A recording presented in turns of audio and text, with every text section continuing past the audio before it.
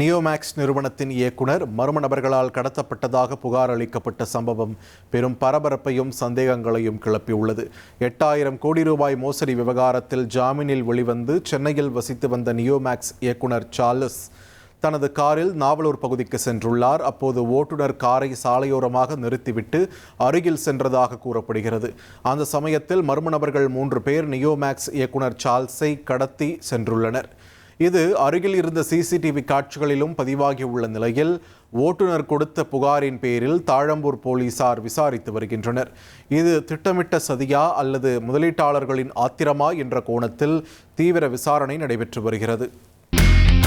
இனி செல்லும் இடமெல்லாம் செய்தி. தந்தை டிவியின் வாட்ஸ்அப் சேனலை ஃபாலோ பண்ணினா செல்லருக்கும் இடமெல்லாம் செய்தி. இதோ QR கோட் இப்பவே ஸ்கேன் பண்ணுங்க, ஃபாலோ பண்ணுங்க.